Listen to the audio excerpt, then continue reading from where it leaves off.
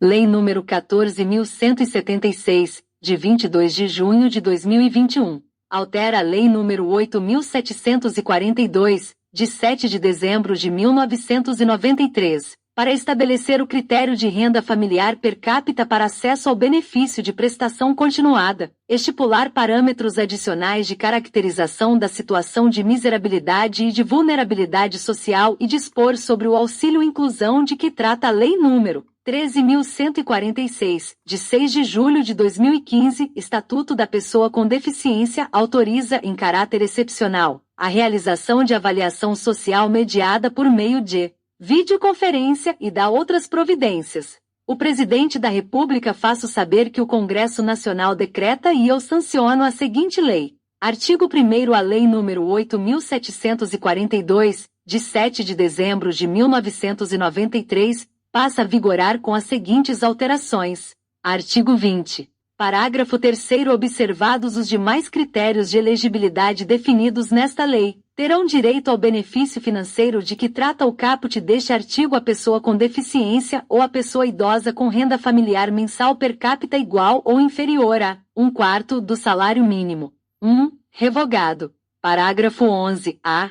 O regulamento de que trata o parágrafo 11 deste artigo poderá ampliar o limite de renda mensal familiar per capita previsto no parágrafo 3º deste artigo para até meio salário mínimo, observado o disposto no artigo 20b desta lei. Artigo 20b. Na avaliação de outros elementos probatórios da condição de miserabilidade e da situação de vulnerabilidade de que trata o parágrafo 11 do artigo 20 desta lei, serão considerados os seguintes aspectos para ampliação do critério de aferição da renda familiar mensal per capita de que trata o parágrafo 11, a do referido artigo. 1. O grau da deficiência. 2. A dependência de terceiros para o desempenho de atividades básicas da vida diária. E 3. O comprometimento do orçamento do núcleo familiar de que trata o parágrafo 3º do artigo 20 desta lei exclusivamente com gastos médicos, com tratamentos de saúde, com fraldas, com alimentos especiais e com medicamentos do idoso ou da pessoa com deficiência não disponibilizados gratuitamente pelo SUS, ou com serviços não prestados pelo SUAS, desde que comprovadamente necessários à preservação da saúde e da vida.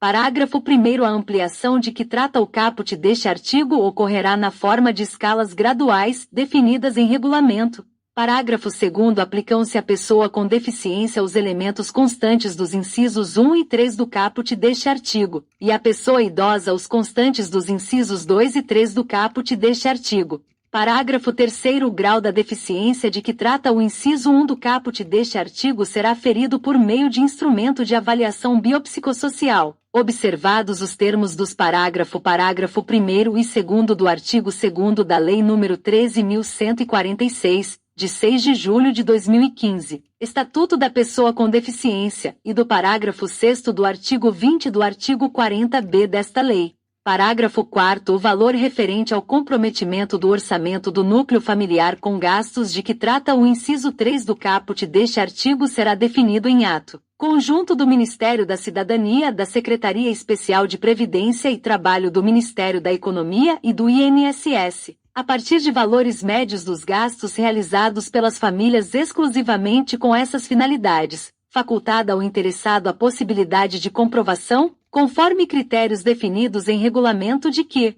os gastos efetivos ultrapassam os valores médios. Artigo 21. Parágrafo 5º. O beneficiário em gozo de benefício de prestação continuada concedido judicial ou administrativamente poderá ser convocado para avaliação das condições que ensejaram sua concessão ou manutenção, sendo-lhe exigida a presença dos requisitos previstos nesta lei e no regulamento. Artigo 40b. Enquanto não estiver regulamentado o instrumento de avaliação de que tratam os parágrafo 1º e 2º do artigo 2º da Lei nº 13.146, de 6 de julho de 2015, Estatuto da Pessoa com Deficiência, a concessão do benefício de prestação continuada à pessoa com deficiência ficará sujeita à avaliação do grau da deficiência e do impedimento de que trata o parágrafo 2º do artigo 20 desta lei, composta por avaliação médica e avaliação social realizadas, respectivamente, pela perícia médica. federal e pelo Serviço Social do INSS, com a utilização de instrumentos desenvolvidos especificamente para esse fim. Artigo 40-C. Os eventuais débitos do beneficiário decorrentes de recebimento irregular do benefício de prestação continuada ou do auxílio-inclusão poderão ser consignados no valor mensal desses benefícios nos termos do regulamento. Artigo 2º, capítulo 4 da Lei nº 8.742, de 7 de dezembro de 1993, passa a vigorar acrescido da seguinte seção 6. Seção 6. Do auxílio-inclusão. Artigo 26-A. Terá direito à concessão do auxílio-inclusão de que trata o artigo 94 da Lei nº 13.146, de 6 de julho de 2015, Estatuto da Pessoa com Deficiência, a pessoa com deficiência moderada ou grave que cumulativamente 1. Receba o benefício de prestação continuada, de que trata o artigo 20 desta lei, e passe a exercer atividade. A. Que tenha remuneração limitada a 2 salários mínimos e B. Que enquadre o beneficiário como segurado obrigatório do regime geral de previdência social ou como filiado a regime próprio de previdência social da União, dos Estados, do Distrito Federal ou dos municípios. 2. Tem inscrição atualizada no CAD único no momento do requerimento do auxílio-inclusão. 3. Tem inscrição regular no CPF e 4. Atenda aos critérios de manutenção do benefício de prestação continuada, incluídos os critérios relativos à renda familiar mensal per capita exigida para o acesso ao benefício, observado o disposto no parágrafo 4º deste artigo. Parágrafo 1º. O auxílio-inclusão poderá ainda ser concedido, nos termos do inciso 1 do caput deste artigo, mediante requerimento e sem retroatividade no pagamento ao beneficiário. 1. Que tenha recebido o benefício de prestação continuada nos 5 anos imediatamente anteriores ao exercício da atividade remunerada e 2. Que tenha tido o benefício suspenso nos termos do artigo 21-A desta lei. Parágrafo 2º. O valor do auxílio-inclusão percebido por um membro da família não será considerado no cálculo da renda familiar mensal per capita de que trata o inciso 4 do caput deste artigo para fins de concessão e de manutenção de outro auxílio-inclusão no âmbito do mesmo grupo familiar. Parágrafo 3º. O valor do auxílio-inclusão e o da remuneração do beneficiário do auxílio-inclusão de que trata a linha A do inciso 1 do caput deste artigo percebidos por um membro da família não serão considerados no cálculo da renda familiar mensal per capita de que tratam os parágrafos 3º e 11. A do artigo 20 desta lei para fins de manutenção de benefício de prestação continuada concedido anteriormente a outra pessoa do mesmo grupo familiar. Parágrafo 4º. Para fins de cálculo da renda familiar per capita de que trata o inciso 4 do caput deste artigo, serão desconsideradas 1. As remunerações obtidas pelo requerente em decorrência de exercício de atividade laboral, desde que o total recebido no mês seja igual ou inferior a 2 salários mínimos e 2. As rendas oriundas dos rendimentos decorrentes de estágio supervisionado e de aprendizagem. Artigo 26-B.